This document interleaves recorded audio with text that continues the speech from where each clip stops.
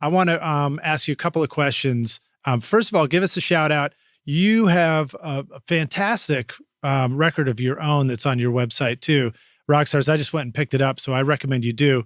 Um, I think you just called it demos or something like that, but Those are, yeah. it's great, man. I was listening to you record. I'm like, holy shit, this sounds like Eddie Van Halen, man. This is really cool. Maybe without the fast finger work, but tonally, man, your guitar tones are just killer. Well, thank you. I appreciate you saying that. That's a lifetime quest. Edward. That's there's several shows that would there's just several hours of what I could say as it relates to this. But basically, what those are is those are demos. That's exactly what they were. Those were from a while ago, and I've actually been working on a new record for quite a while, which is cool. its own story. But so. I got the studio for myself. As you know, I started out as a guitar player. I was playing long before I ever even heard who Edward Van Halen ever was. But the thing that happened to me, and this is apropos to this record I've been working on, which I kind of call my life's work. And thanks for pointing out that the thing about Ed for me was I never did get into the flash aspect of what it was that he was doing, although I can do that sort of stuff. Mm-hmm. I learned very early on that there was a much deeper thing going on. And basically, I had an experience happen to me in 1981 when I was 12 years old, and it happened in that bedroom that all the other musical things that happened to me in my life occurred from, whether it be leaning to a friendship with Dweezil Zappa, to knowing Frank and working on his music, to knowing Ed, becoming friends with him. It all happened from that childhood bedroom. And how it occurred, I do not know. But I can tell you, it all comes from that. Even Jack Tempchin's name, Yeah. So, well, for me, it was getting Diver Down as a 8th grade graduation gift from my friend Jeff Jones. Shout out to you, Half Unit, if you ever hear my podcast one day. Bless that guy. Well, yeah. So for what happened for me with Ed was I had an experience in that childhood bedroom where I had borrowed the record Fair Warning. Now, I tried to see Van Halen in 1980, but my parents wouldn't let me go. I saw Kiss, the original Kiss lineup in 79 with Judas Priest opening up for him. And now it's 1980 and it's like, why can't I see Van Halen? You let me see Kiss, but I don't remember why. So 1981 comes around, Unchained's on the radio. And I'd never heard anything like that tune. It just spoke to me. And I'm like, there's no way I'm going to miss them this time around. So then that was the first time I saw them, July 7th, 1981 at the St. Paul Civic Center. Totally changed my life. Still to this day, the best show ever. And I've been on the side of the stage. I had front row for 84. I mean, I've been to Van Halen rehearsals. This 1981 was the one for me. Okay. But what happened? I borrow Fair Warning from a friend. I'm listening to the record in my bedroom. The intro to the 4th song comes on called Hear About It Later. I'm standing there and all of a sudden I have an experience where something took my heart out from me. It made it separate from me. And I never had that experience before. And all of a sudden I'm experiencing and watching what is happening to my heart. It was the craziest thing. And I had an epiphany, or I had something came into my head at that time, and it said, you are going to spend your entire life finding out, searching for how to make this happen. Mm.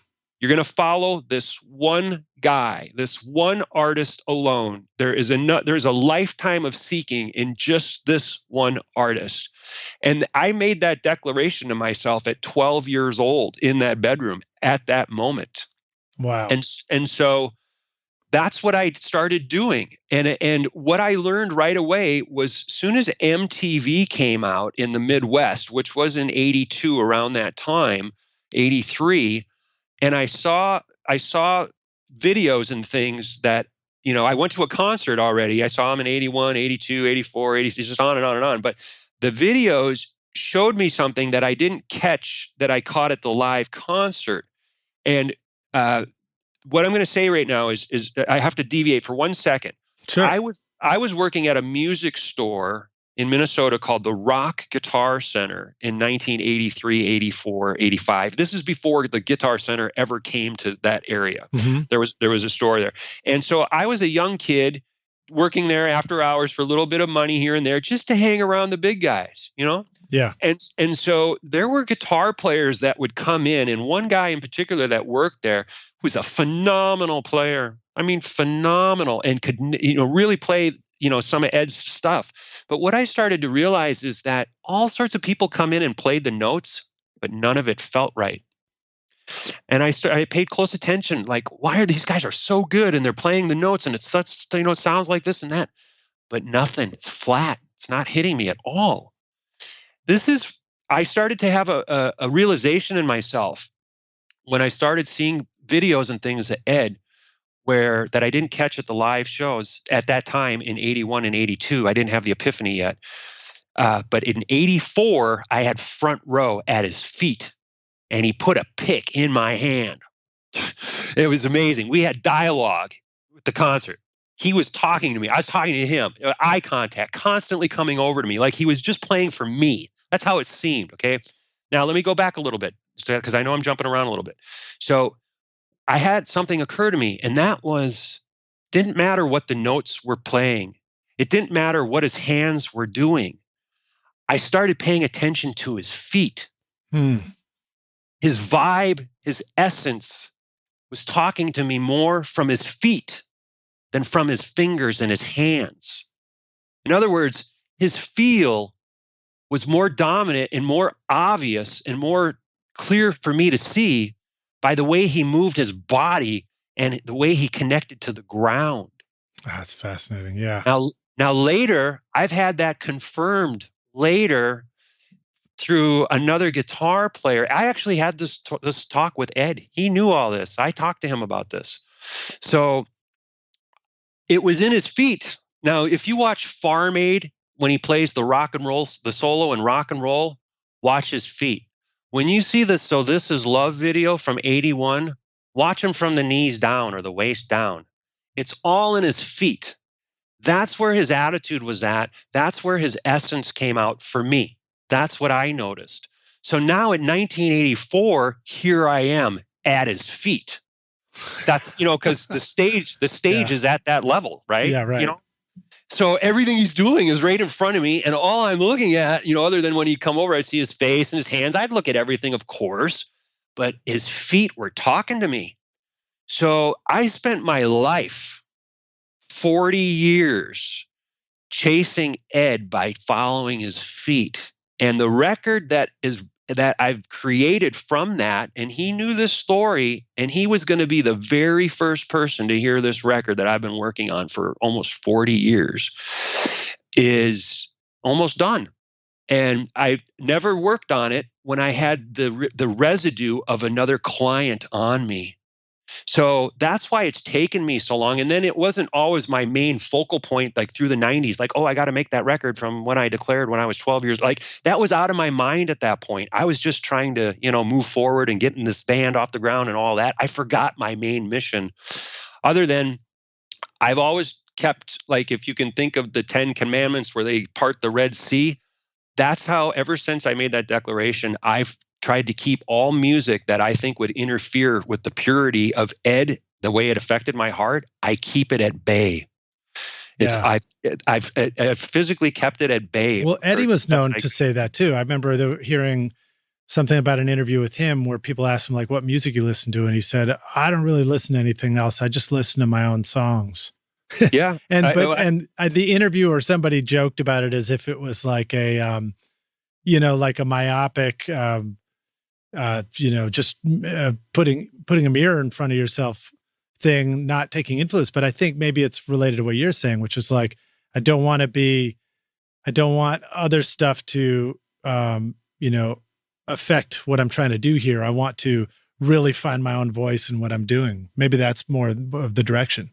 I think so. I think I agree with you. And the way I would relate it on my end is that, what have I been trying to do? Well, I'm creating the best single malt that I can. It's not a blended version. It's a single malt. Right.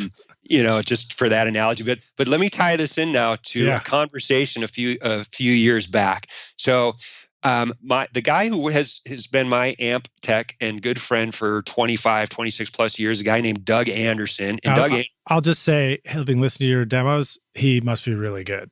He's really good. And he grew up out with the brothers in Pasadena, and he's from that area and he's from that world.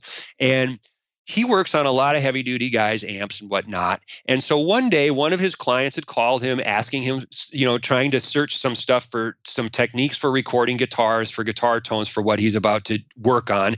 And so this guy calls me up, and this guy's name is Rusty Anderson. If nobody knows who Rusty Anderson is, he's one of the guys, he's the dark-haired guitar player who plays with Paul McCartney in his band. Okay. Rusty Anderson used to play in a local band with Van Halen back in the days. They were another band playing the clubs at the same time. So they used to do gigs together all the time. So this guy's calling, we're just talking about, how techniques that I'm using to record and this and that, sharing. And then I realized who he is. So at first I didn't know who he was. Then I realized, oh, this is the guy my amp guy talks about all the time. And I'm like, oh, you're that guy you grew up with. So now all of a sudden the topic changes from how do you record your stuff to you used to play in bands that used to do venues with Van Halen. So I shared with him all of my feet stuff, Right. I think it's in his feet. He agreed with me 100%. He said, I used to think the same thing when I'd watch Ed on the side of the stage in the clubs. He said, I used to watch the way he moved around on the stage. He said he moved around like a boxer. The way his feet moved on the ground was most interesting to him. So now, so that to me was like, yeah, I'm not the only one here. Okay, so somebody who was there in the day can see what I'm saying, and he concurred. Then the last time that I spent time with Edward he was at my studio in 2014. Oh, cool. And we hung out for a few hours, and I shared this with him. He tripped out on it hardcore, but he told me I did used to take boxing. And one of the things he really loved to do that he told me was what he called slap fighting. Wow. So that was that was kind of part of him. So, however anybody wants to interpret what I've said, I don't know. It's just that's the truth behind why I think I catch Ed's feel in a particular way, because I wasn't going for any of the usual stuff that everybody went for. I was just going for this other thing. And so, it's nothing but gratitude, and at this point, I know when I was younger, I didn't really understand what am I searching for. Now I know it's just to exude the master's essence in one way or another.